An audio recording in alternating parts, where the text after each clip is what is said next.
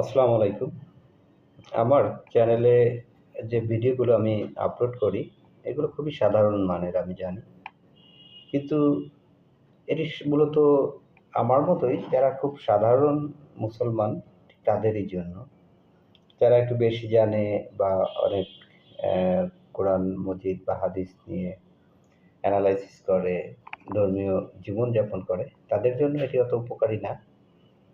কিন্তু সেই শ্রেণীর মানুষ যারা ধর্মীয় বিষয়ে সচেতন কিন্তু পথ খুঁজে পাচ্ছে না, তাদের ক্ষেত্রে উপকারী হতে পারে। আমি যে বিষয়টি বলতে চাই যে আমি যেটি ফিল করি যে ধর্ম পালনের ক্ষেত্রে কী ধরনের গাইডলাইন দরকার, সেই প্রচেষ্টা থেকে আমার যে অগ্রযাত্রা তারই অভিজ্ঞতাগুলো আমি ধাপে, ধাপে শেয়ার করি। যদি কেউ উপকৃত হয় এরকমটাই। যেমন মাঝখানে আমি চিন্তা করলাম কি যে আমরা তো নিয়মিত সালাত আদায় করি। কিন্তু আমরা যখন কোনো একটি কাজ প্রতিদিন করি, আমাদের সেই কাজে আমাদের দক্ষতা কি হয়? বৃদ্ধি পায়। আস্তে, আস্তে সেই কাজে আমরা আরো বেশি দক্ষ হয়ে উঠি। সালাতও একটা কাজ, আল্লাহর ইবাদত। সেই ইবাদত যদি ক্রমান্বয়ে আ তার অবস্থা, তার মানের দিকটা, আমাদের কনসেনট্রেশন এর দিকটা আরো বেশি ডেভেলপমেন্ট না হয়, তার মানে আমরা কাজটা ঠিকঠাক মতো করছি না।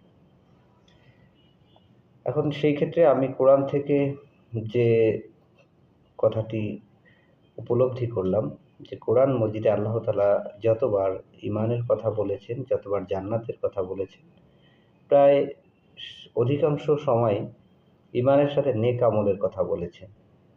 এবং নেক আমল মানে হচ্ছে যে আল্লাহ তাআলা যে কাজগুলো করার কথা বলেছেন সেগুলো করা এবং যে কাজগুলো থেকে বিরত থাকতে বলেছেন, সেই কাজ থেকে বিরত থাকাও একটা নেক আমল।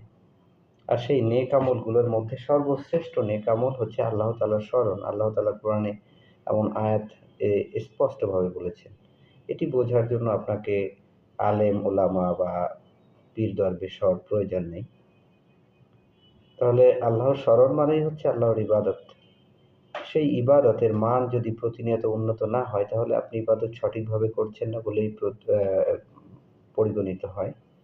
আর সঠিকভাবে ইবাদতের পথ হচ্ছে শারীরিক এবং মানসিক পবিত্রতা অর্জন এবং একাগ্রতার সাথে আল্লাহকে ডাকা এবং সেই ডাকা মানে হচ্ছে যে আল্লাহর শ্রেষ্ঠত্ব বর্ণনা করা, পবিত্রতা ঘোষণা করা এবং আল্লাহর কাছে আত্মসমর্পণ করা। এটি ইবাদত। আল্লাহ তাআলা আমাদের উপলব্ধি